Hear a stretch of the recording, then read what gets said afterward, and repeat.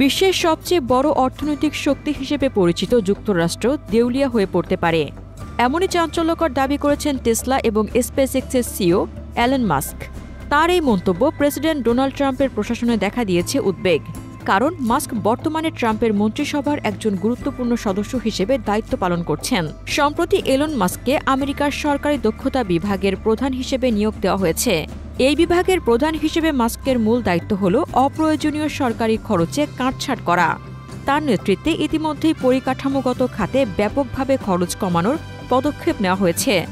এক সংবাদ সম্মেলনে, যেখানে প্রেসিডেন্ট ট্রাম্পও উপস্থিত ছিলেন, মাস্ক বলেন, আমেরিকা দেশের অর্থনৈতিক ব্যবস্থাকে টিকিয়ে রাখতে ঋণ নেয়। সেই ঋণের জন্য মোটা অঙ্কের সুদ দিতে হয়। এই সুদই আমেরিকার বিপদের কারণ হতে পারে। মাস্ক আরও বলেন, আমেরিকার জন্য বাজেট কমানো একান্ত প্রয়োজন। গত অর্থবর্ষে বাজেটের পরিমাণ $1.8 লক্ষ কোটি বেশি ছিল। এই পরিস্থিতিতে প্রদেশগুলির বরাদ্দ এবং পরিকাঠামোগত উন্নয়নের খরচ যদি কমানো না হয়, তাহলে বিপদ আরও বাড়তে পারে। এই খাতের খরচে কাটছাঁট করা এখন আর বিকল্প নয়, বরং আবশ্যিক। এলন মাস্কের এই মন্তব্যে প্রেসিডেন্ট ডোনাল্ড ট্রাম্প প্রকাশ করেন গভীর উদ্বেগ। তিনি বলেন, এলন মাস্ক একজন প্রতিভাবান উদ্যোক্তা এবং তার দৃষ্টিভঙ্গি আমাদের জন্য গুরুত্বপূর্ণ। তবে আমরা এই পরিস্থিতি নিয়ে অবগত আছি এবং অর্থনৈতিক স্থিতিশীলতা বজায় রাখতে প্রয়োজনীয় পদক্ষেপ নিচ্ছি।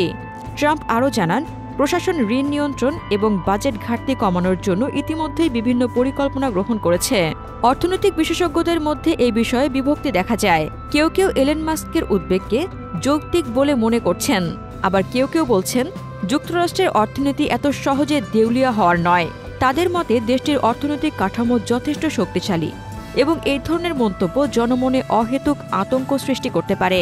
এলন মাস্কের এই মন্তব্য সোশ্যাল মিডিয়ায় তীব্র আলোচনার জন্ম দেয়। অনেকেই তার সতর্ক বার্তাকে সমর্থন করেছেন, আবার কেউ কেউ বলেছেন এটি রাজনৈতিক কৌশল হতে পারে। তবে সাধারণ নাগরিকদের মধ্যে অর্থনৈতিক ভবিষ্যৎ নিয়ে উদ্বেগ স্পষ্ট। যুক্তরাষ্ট্র দেউলিয়া হবে কিনা তা সময়ই বলে দেবে। তবে এলন মাস্কের মতো সরকারের অভ্যন্তরীণ একজন গুরুত্বপূর্ণ ব্যক্তির এমন মন্তব্যে প্রেসিডেন্ট ট্রাম্পের প্রশাসনের উপর চাপ সৃষ্টি হয়েছে। এখন দেখার বিষয়, ট্রাম্প প্রশাসন কিভাবে এই অর্থনৈতিক চ্যালেঞ্জের মোকাবিলা করে দেশের স্থিতিশীলতা বজায় রাখে।